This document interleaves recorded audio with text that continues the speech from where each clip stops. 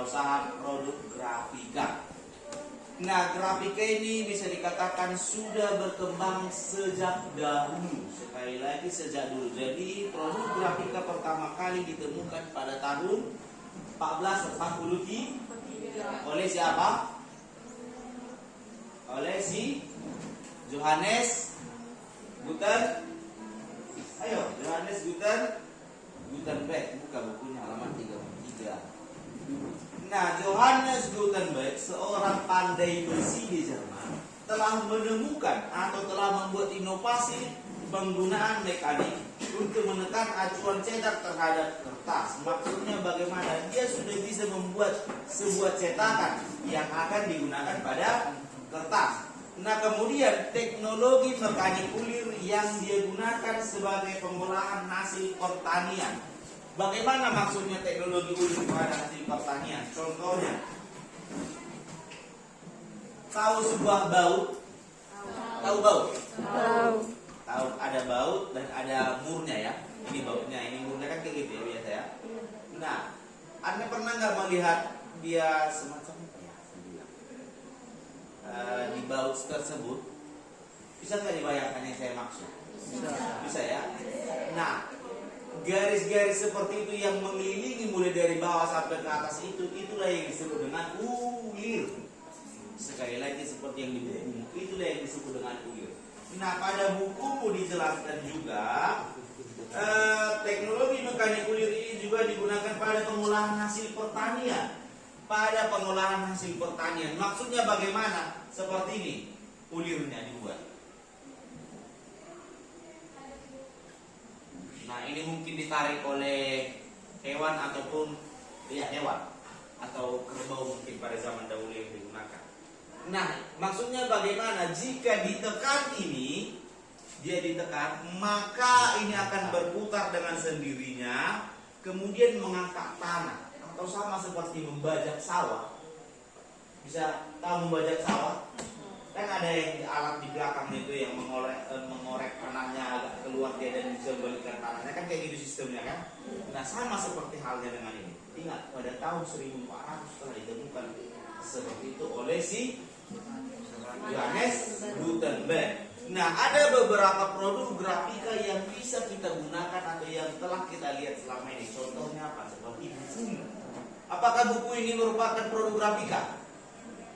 Produk grafika nggak buku yang kita pakai ini?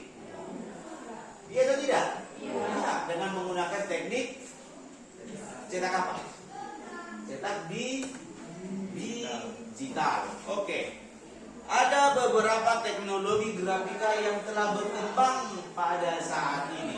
Nah, disebutkan di sini ada 5 jenis cetak berdasarkan prinsipnya. Yang pertama adalah cetak tinggi, yang kedua cetak dalam, yang ketiga cetak datar, yang keempat, yang kelima cetak digital. Oke, kita bahas yang pertama, cetak tinggi.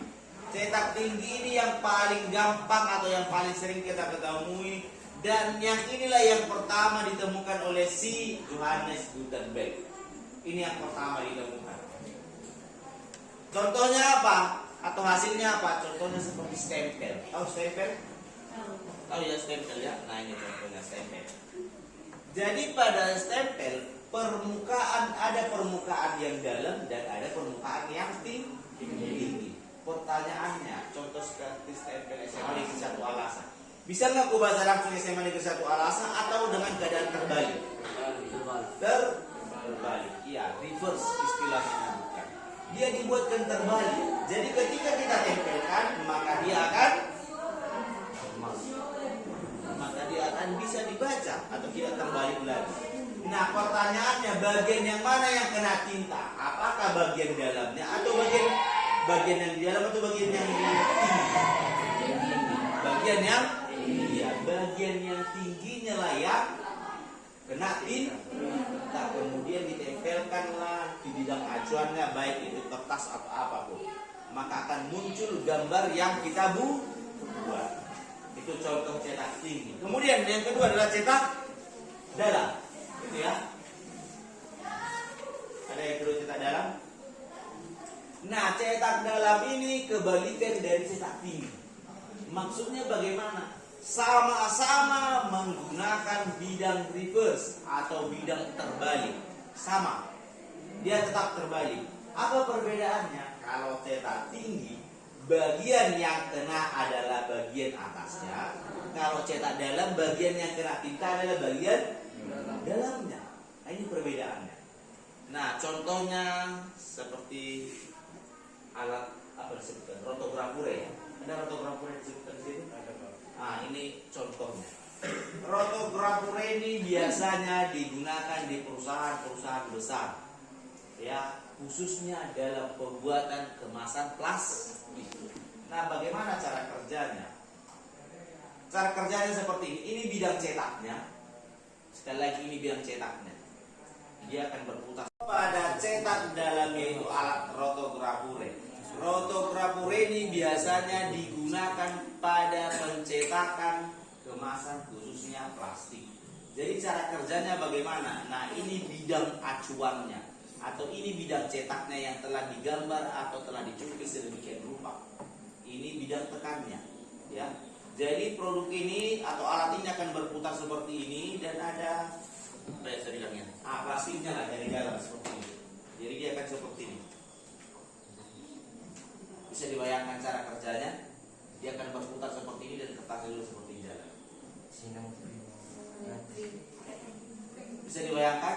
Nah, seperti itulah cara kerja dari rotogravure. Nah, selain dari untuk mencetak kemasan, rotogravure ini juga digunakan sebagai pencetak uang. Rotogravure yang digunakan perusahaan atau Peruri Indonesia. Atau Peruri? Perusahaan mencetakan uang Indonesia. Yang mencetak uang Indonesia itu Peruri dan mereka menggunakan alat yang namanya rotogravure juga. Oke, kemudian yang ketiga, cetak datar. Cetak datar ini sama seperti penggunaan dari cetak dalam. Nah, di situ ada alatnya. Bisa diperhatikan gambarnya ya. Nah, ada 4 jenis warna yang digunakan di sini sebagai acuan ketika menggunakan warna. Yang pertama warna biru, merah, kuning dan hitam atau yang disebut dengan K. 4 warna ini bisa menghasilkan berbagai jenis warna. Nah, contohnya pada produk grafika dengan cetak datar adalah koran dan majalah. Jadi untuk cetak datar ini sudah seperti cetak digital sebenarnya, ya. Sudah mirip seperti cetak digital. Cuman yang membedakan adalah alat pada cetak datar ini jauh lebih besar dibanding cetak digital. Kemudian proses produksinya jauh lebih cepat. Kemudian yang keempat adalah cetak saring. Cetak saring ini saya kasih aja langsung contohnya. Cetak saring ini contohnya seperti sablon. Ada nggak di meja kita tertulis sablon? SMA ini bisa sekolah ada nggak di meja kita atau di kursi kita? Enggak ada ya? Nah, itu contohnya. Jadi sablon maksudnya bagaimana? Kita buat dulu bidang cetaknya, kemudian kita warnai. Atau sama seperti ketika kita ingin membuat baju seragam, mungkin di baju itu akan tertulis nama-nama 10 MIPA 1. Kenapa bisa seperti itu? Itu menggunakan cetak saring atau cetak sablon. Kemudian yang terakhir adalah cetak digital. Lain yang paling sering yang kita jumpai, cetak digital. Cetak digital ini contohnya seperti ketika kita melakukan print atau ngeprint. Itu ya.